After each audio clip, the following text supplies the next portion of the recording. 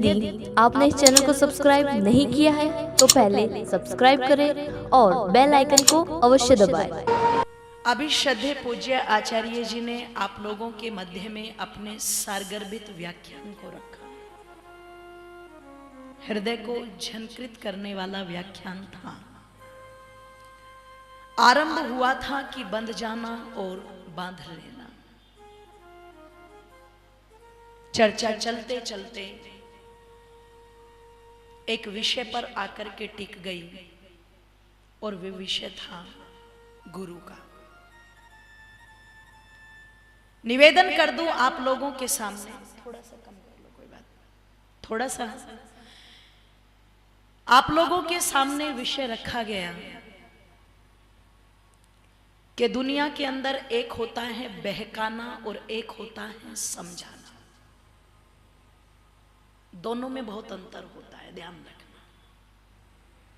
समझाना मतलब कल्याण के लिए और बहकाना मतलब पतन के लिए।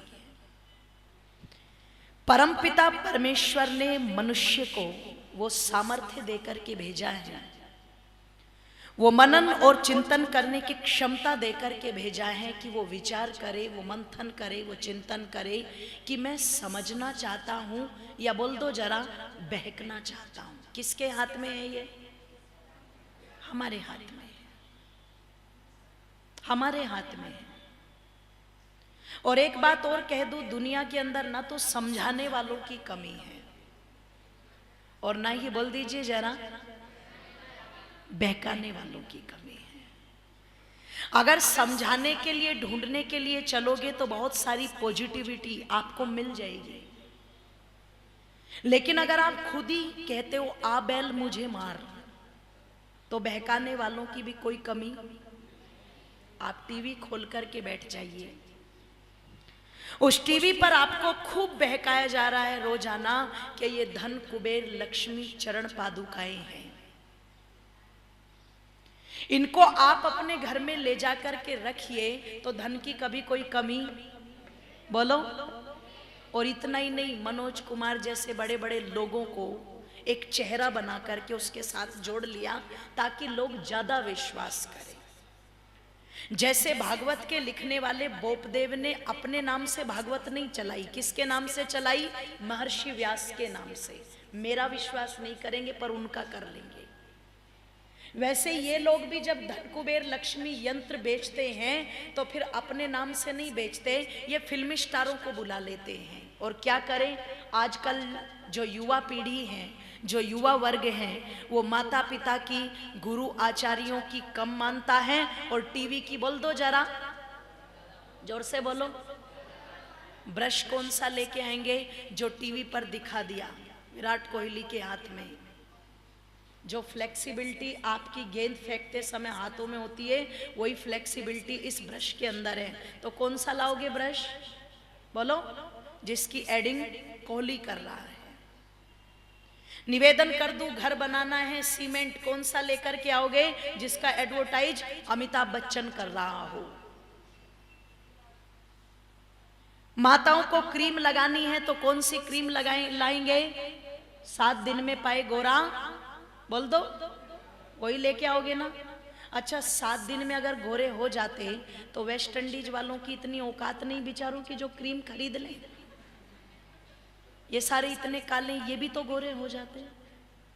हम टीवी की ज्यादा मानते, इसलिए लोगों ने वहीं का सहारा लिया और वहीं से वो यंत्र बेचने शुरू किए। एक हाथ दिखा दिया जिसमें से सोने के सिक्के निकल गए।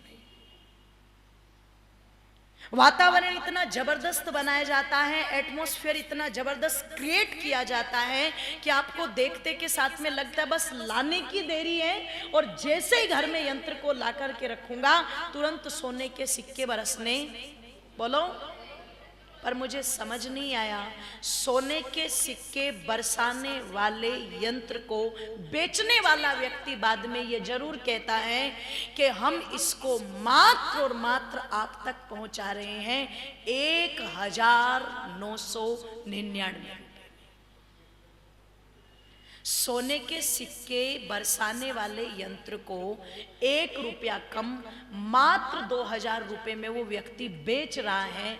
उस कौम के दिमाग में पता नहीं भूसा भरा हुआ है या क्या भरा हुआ है, जो बैठ कर के ये विचार नहीं करती कि जो 2000 रुपये के लिए इस यंत्र को बेच रहा है, अगर इस यंत्र से पैसे की कमी नहीं आती तो फिर इसको बेचने की आवश्यकता, बोलो, बना के अपने घर में रख लेते और खूब पैसे बरसवाते। इतना ही नहीं, इतना ही नहीं, एक और आया और आकर के उसने कहा यह हनुमान चालीसा लौकिक यंत्र है,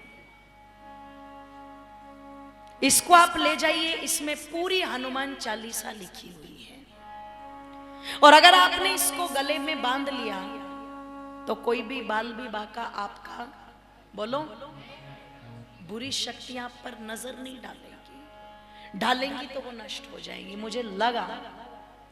मुझे लगा कि एक बार मुझे प्रस्ताव रखना चाहिए। हमारे प्रधान जी भी बैठे हैं यहाँ पर, एक बार ये प्रस्ताव जरूर रखना चाहिए आर्य समाज की सभाओं में जाकर के। ये जितने भी हनुमान यंत्र लौकिक हैं, हम सब के सब इनको खरीद लेते हैं और आर्य समाज ने तो देश धर्म के लिए पहले से ही अपने विचार को रखा है। 85% योगदान आर्य समाजियों का रहा है देश को आजाद कराने में। तो जब देश के प्रति आर्य समाज जैसा संगठन इतनी निष्ठा रखता है, तो ये जितने भी लौकिक हैं इनको खरीद करके हमें बॉर्डर पर बांध देना चाहिए, क्योंकि जो तिरंगा झंडा आज लहरा कम रहा है और कफन में बोल दो जरा ज्यादा काम आ रहा है, कम से कम वो कुछ माताओं के बेटे तो बच जाएंगे, वो लाल तो बच जाएंगे जिनके लिए हरिओम पवार जी ने लिखा था। और क्या लिखा था कि उन आंखों की दो बूंदों से सातों सागर हारे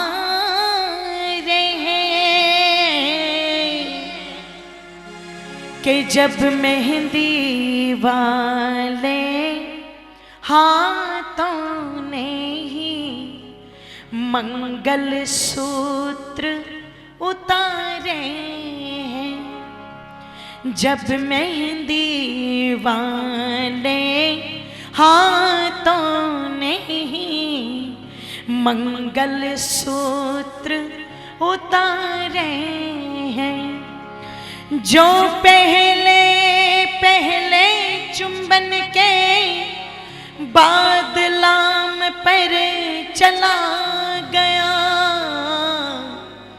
फूलों वाली सेज छोड़ कर युद्ध काम पर चला गया, के फूलों वाली सेज छोड़ कर युद्ध काम पर चला गया, कि वो औरत पूरी पृथ्वी का बोझा सर ले सकती है, वो औरत पूरी पृथ्वी का बोझा सर ले सकती है, जो अपने पति की अर्थी को भी कांधा दे सकती है, जो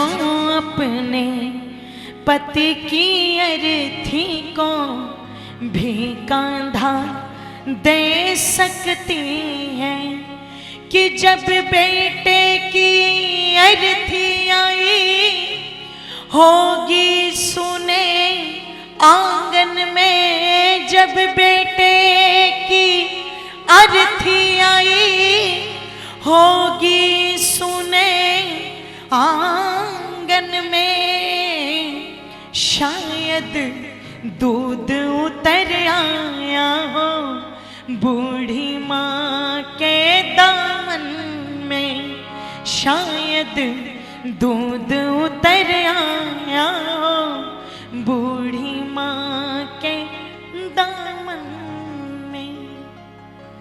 जिन बॉर्डर से चल करके किसी के पति की लाश आती है। हम सब दिवाली मना रहे थे 2016 में, और मनदीप सिंह की लाश कुरुक्षेत्र हरियाणा के अंदर आंगन में आई थी, तो उसकी पत्नी दीपावली के दिन अपने पति की अर्थियों पर अपनी चूड़ियों को तोड़ रही थी। अगर हनुमान लोकिट यंत्र बॉर्डर पर बंध जाएंगे तो चूड़ियां तो नहीं टूटेगी ना।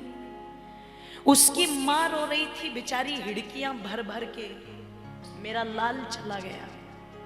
और ऐसा चला गया कि अंतिम समय में जब शव आया तो कटा हुआ शव, काट करके भेजा हुआ था।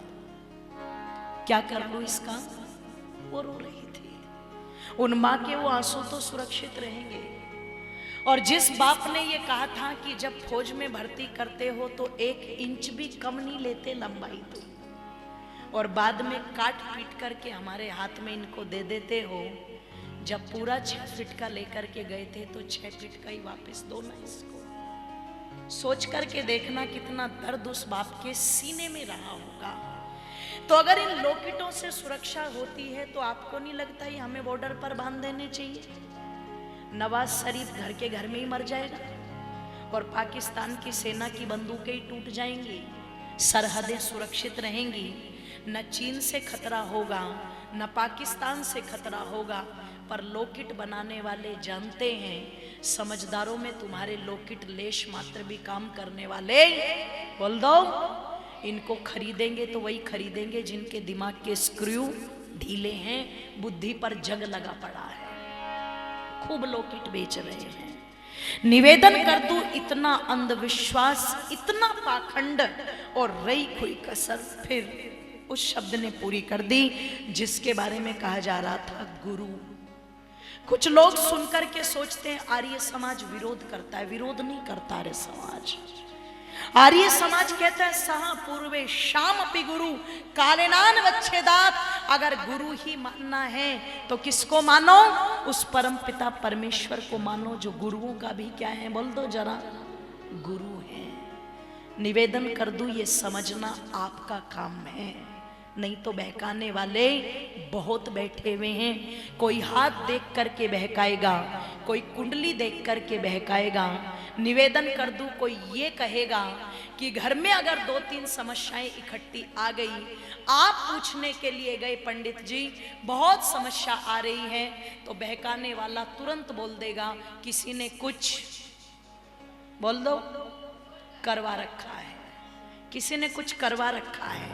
आप पूछोगे कौन, तो बिल्कुल रटा रटाया जवाब देगा, बाहर का नहीं है,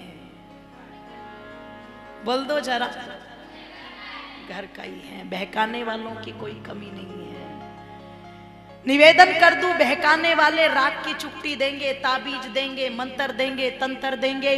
पता लगा कुछ लोग गाड़ी ली तो गाड़ी के ऊपर भी काली चोटी बांध लेंगे, नजर ना लग जाए गाड़ी को।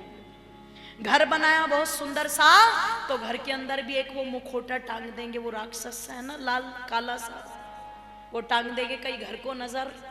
बोलो, अंबानी ने 560 करोड़ का एमफिल टावर मुंबई के अंदर बनाया, उसके टावर को तो नजर लगी नहीं, आपके घर को लग जाएगी हैं? बिल गेट्स का इतना बड़ा व्यापार, उसको तो नजर लगी नहीं, क्यों जी? जुकरबर्ग का इतना बड़ा व्यापार, उसको तो नजर लगी नहीं। पनातनी भारत वालों के मन में इतना अंधविश्वास, इतनी अंधश्रद्धा क्यों भरी पड़ी हैं? मैं निवेदन कर दूं आप लोगों के सामने, हम हर पल डर डर करके जीते हैं, और बोल दो जरा, मर मर करके जीते हैं। ध्यान रखना, हर बहम, हर बात में वहम हमारे मन में रहता है, और यही अविद्या इन भारतीयों के दुख का सबसे बड़ा, बोल दो जरा, कारण है। इसलिए ऋषि दयानंद ने कहा था, अविद्या का नाश करो और विद्या की, बोल दो जरा, वृद्धि करो। अरे जिनको तुम गुरु कहते हो, जो आज अपने चेलों से पता नहीं क्या क्या कुकृत्य करवा रहे हैं। हरियाणा के अंदर क्रोंथा कांड, जिसमें आचार्य बलदेव जी की बहुत बड़ी भूमिका रही, उस पापी को जेल के अंदर भिजवाने की। जरा मानसिकता देखना, वो माताओं से क्या कहता था कि दूध लेकर के आना। यहां तक तो बात ठीक थी, दूध लेकर के आ गई, बोले अब इस दूध में मुझे नहला दो। उन अंधी माताओं ने ये भी कर दिया कि दूध में उसको नहला भी दिया। ठीक, उसके बाद क्या कहता था, अब जिस दूध में मैं नहाया हूं इस दूध की खीर बना दो। खीर बन गई। बोले अब इस खीर को प्रसाद में सबको बांट दो, जो इस खीर को खाएगा सीधा सतलोक। गुरुजी तो सतलोक, चेले तो सतलोक पहुंचे कि ना पहुंचे, पर गुरुजी आजकल सतलोक में ही है। वो जेल में ही बैठे हुए, वो सतलोक में है। तो ये बहकाने वाले मेरी माताओं नहला रहे हैं, खिला रहे हैं, पैर दबा रहे हैं। क्यों भूल गए? मातृदेवो भव, माँ भी तो गुरु थी। पितृदेवो भव, पिता भी तो गुरु था। आचार्य देवो भव, आचार्य भी तो देवता थे।